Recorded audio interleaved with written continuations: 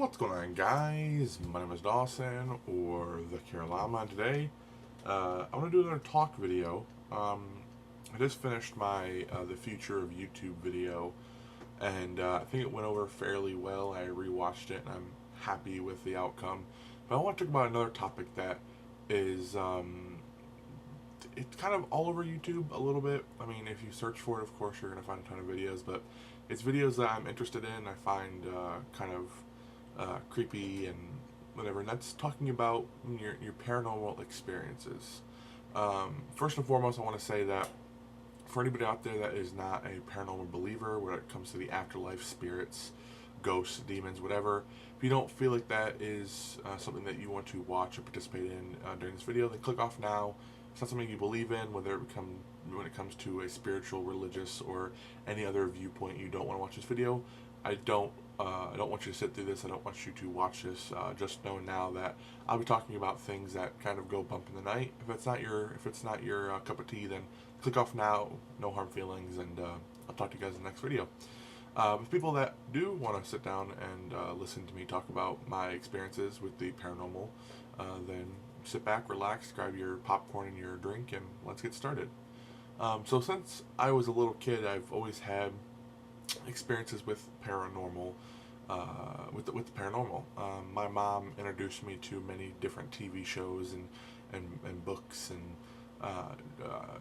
just documentaries and just stuff like that about cryptids like Bigfoot, Loch Ness Monster, Jersey Devil, the swamp creatures, and skunk apes, and skinwalkers, and just so many of these cryptids. And she also introduced me to the paranormal, ghosts, demons, spirits, whatever you want to call them, shadow people.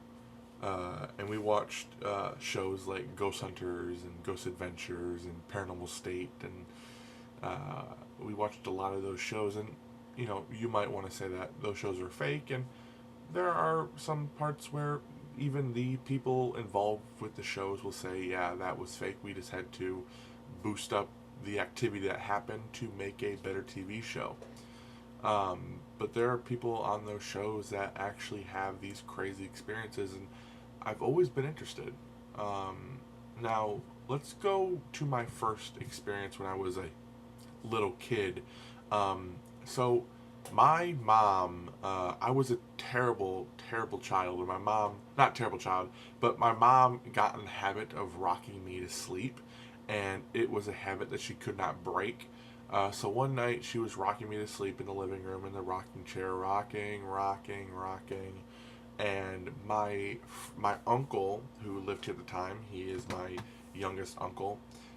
He had a friend that would come over and just at random times. He lived on the street, and my mom was sitting there rocking, and all of a sudden a man peered around the corner of the entryway of our living room. We have this pretty big entryway. He peered around the corner, looked at me and my mom, and he smiled. And my mom kind of nodded or waved, basically saying, I know you're here. And she thought it was my uncle's friend. So the face, looked, smiled, and then peeked its head back behind the entryway. And my mom finished, went and put me down in my crib, and walked downstairs to my uncle's room and asked, where is, this person? And my uncle said he has not been here all day. I don't know what you're talking about. And my mom said he just was upstairs. He just came in. He smiled, and I saw him. I know that it was him. And he said, "No, you're crazy. Like, my friend was not here, or whatever." And it kind of freaked my mom out because this thing looked a lot like my uncle's friend, and she thought it was him. So a little bit of time passed between there, and my mom was talking to my grandma about the experience, and my grandma kind of sat there a little bit stunned and said that One night, I'm actually getting chills thinking about it. One night when she was rocking me to sleep, also, it was also me to sleep. The same thing happened to her. A person fitting the same description peered around the corner, smiled, then stuck their head back behind the entryway. I don't know how to feel about that. Does it creep me out? A little bit. Do I think it was harmful? No, because obviously it had a pretty happy face. I don't know who it was. We know now that it definitely was not my uncle's friend. We know it wasn't a person because we didn't hear anything. We didn't hear anybody come in or leave. There's obviously nobody in our attic or in our basement hiding out. So we don't really know what that was, but it happened twice to two people, two different people, and both involving me. But I was a kid, so I heard about it secondhand. I heard about it later on in my life, but yeah, pretty creepy. Growing up, I've always lived in this house. This has always been my childhood home, and I've lived here for more or less all 18 years of my life. And I've slept in 3 rooms in this house. I had my childhood room. I had my room when I moved back with my mom from our house somewhere else. We moved out of there, came back here. And then I also have lived down here in the basement. And when I lived in my second room, which is upstairs, it's now the guest bedroom, we have an attic. And the attic is full of just plywood boards, or not plywood board, but the thin boards that crack, and they're not that secure. It just lays over top of the beams, and that's where we put a lot of our storage when it comes to holiday decorations and just whatever. And I would lay there in bed some nights, and I would just listen to things, people walking back and forth in the attic. I don't think that anything in my house is harmful. I've definitely had no harm done to me, and I don't really think my house is haunted. I've never really thought that. I just think that I've had some experiences in the house, but yeah, I've heard stuff walking back and forth in the attic. And it wasn't like any animals, because of course there could be animals that come in, chipmunks, mice, rats. I don't think rats. We don't really have rats around where I live. But there's definitely stuff that could come in.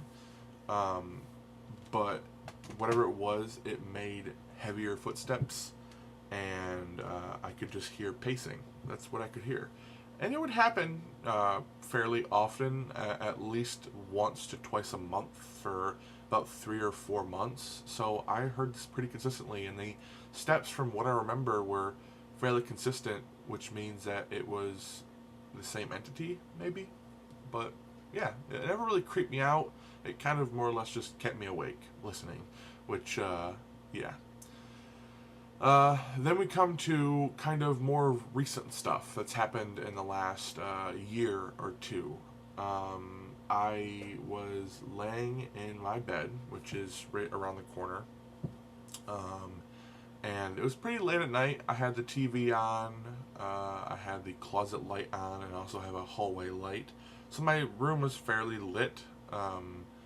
I have a problem seeing in the dark. I mean, of course, a lot of people have a problem seeing in the dark, but my eyes don't adjust like a lot of people's do.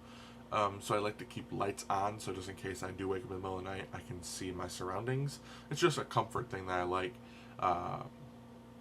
And I was sitting there, and I rolled over, and I was laying there, and something provoked me to open my eyes. I don't know what it was, but when I did, I saw a black mass sitting at the end of my bed. It wasn't very full. It wasn't like a very dark, deep black. It was kind of like a shadow. But it was sitting at the end of my bed. It wasn't actually sitting on my bed, but it was just kind of there. And then I kind of freaked out, closed my eyes again, and I said, all right, I'm going to open them. And 3, 2, 1, open them again. And it moved. I didn't watch it move, but it moved, and it was kind of standing in a different place in my room, kind of still in front of me. And then again, I closed my eyes again, opened them again, and there it was. It was moved again, and then I haven't seen it since, and I don't really want to see it anymore. So, if anything around me is thinking about making itself known again, please don't, because it did scare me. It's pretty scary to have something that's standing at the edge of your bed, fairly harmless, but still something that shouldn't be there. So that was pretty scary. And kind of my most recent experiences in this house were... There are a few other things that don't involve me, and I'll talk about those later on in the video. So, yeah. The last thing that kind of involves me that I can kind of remember that I feel like is worth noting is... I have a lamp right over here. I'll turn my camera real quick. So mind the mess. I'm sorry for all the mess. But I have a lamp right there. Right there. And it casts, when I turn off the lights, it casts a giant light ring around that white wall right there. And and I usually at nighttime will sit with the lights off. And as you can see, it lights up that entire area over there. And I was sitting here one night, just minding my own business, watching YouTube, movies, whatever I was doing, and I kept on seeing movement out of the corner of my eye. I look over, I didn't see much, but I could see it out of the corner of my eye, and I kept on watching it, and then finally I kind of just, not really a hand or anything, but I saw something emerge on the wall, a shadow, and then kind of quickly pull back. And that's when I really started paying attention to it. And I would see stuff out of the corner of my eye all the time, just happening over there, whether it be shadows or whatever. It would just happen right over here, and it gives me goosebumps just thinking about it. But yeah, that wasn't scary. It was just it left an uneasy feeling in the pit of my stomach.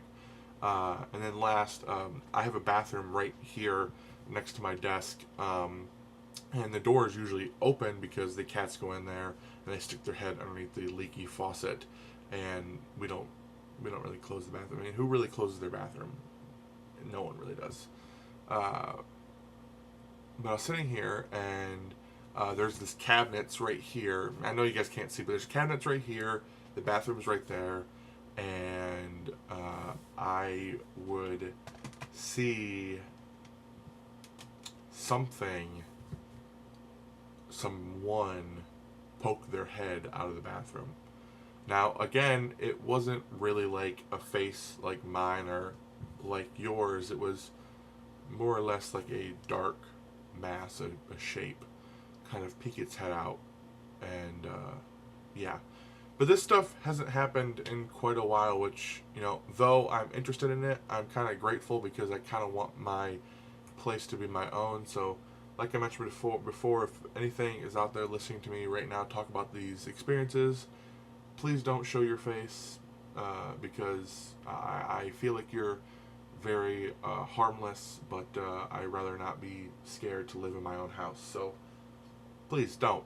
And then let's move on to other stuff that I have witnessed. Now, I've witnessed, but it wasn't my experience, if that makes any sense. So, one of the big theories that goes around the paranormal community is that kids and animals are more susceptible to the viewing of paranormal experiences. They have more because they don't have that filter in their head to filter out all that stuff. They're never told not to believe in what they're seeing.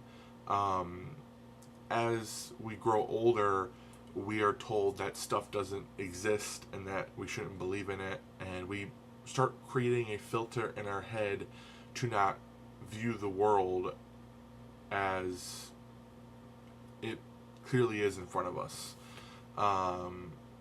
Kids and animals are absorbing all the information, and they don't have that filter of what to and what not to absorb, so they are more likely to view the paranormal things happening around you. That's just a theory, and it's a theory that I strongly believe in because it makes sense. And my little brother, his name is Cannon. He'll actually be turning 8 years old today. So happy birthday, Cannon! I love you, buddy. Uh, when he was younger, probably about 3 years old, he was playing upstairs in the living room, and my mom and her ex-husband, Cannon's dad, were sitting there, and sorry, it was at our last house. So my whole family lives very, very close to each other. So we used to live right next door to my grandparents' house. And so yeah, we were sitting. They're sitting in the living room next door at my old house, and Cannon was playing, and we had this huge window in the front of our house, and there was a place where you could play with the stuff. It was kind of like a little thing. I don't know. He played on it all the time, and he was sitting there playing, and the windows were open, and he kind of asked through the window, who's that man working on the car or the truck in the driveway, in Grandma's driveway? And they kind of looked over, expecting to see somebody working on a car or truck. I don't remember exactly what he said. And they peered over and they looked, and there was nobody there. And they started asking questions about what the man looked like, and whether he was tall or short, whether he was whether he was fat or skinny, or hair, no hair, what skin color, everything they could. What kind of clothing he was wearing, the color of the car or truck, whatever. And through asking all these questions, they pretty much got an exact description of my great-grandpa, who passed away at that time almost 20 years ago. So a person that Cannon has never met. He's never seen any pictures of him at that time, because when you're a kid, you don't really show pictures of people that passed away, because that's just something you don't do. And he kind of described my grandpa to a T. And my grandpa used to work on cars in his driveway for money. He used to work on cars. He had a vacuum cleaning service, and he would spend a lot of his weekends fixing his truck. And Cannon described the thing happening to a T, and it happened for a very long time. They got a solid 7 or 8 minutes where Cannon was describing what was happening, and it was still there. I mean, when they'd ask him a question, he'd peer over, look at what was happening, and answer. It wasn't like he was pulling out of his head. He would actually look and see what was happening and then answer their questions. Very cool experience, and it kind of breaks my heart because I never got to meet him. He passed away about 10 years before I was born. Maybe a little bit longer, maybe a little bit shorter, but I never got to meet him either. But yeah, it was a very crazy experience, to say the least. But those are kind of the experience I want to talk about today. Sure, I have tons of others that happened. My mom, my grandparents, other family members. I have tons of stories I could tell. But I think that's where I'm ended off today. So if you want kind of a part 2 to this video and you enjoyed, then comment down below that you want a part 2. That'd be pretty awesome. But anyways, guys, I want to thank you for watching. Hope you all enjoyed. Remember, if you want to be cool, then make sure to drop a like. But if you want to be awesome, then make sure to subscribe. And until next video, guys, I'll see you later. Peace. Also, I do want to mention, if you have any paranormal experiences of your own that you want to share in the comments down below, I would love to read them, so put them down there, and yeah, peace.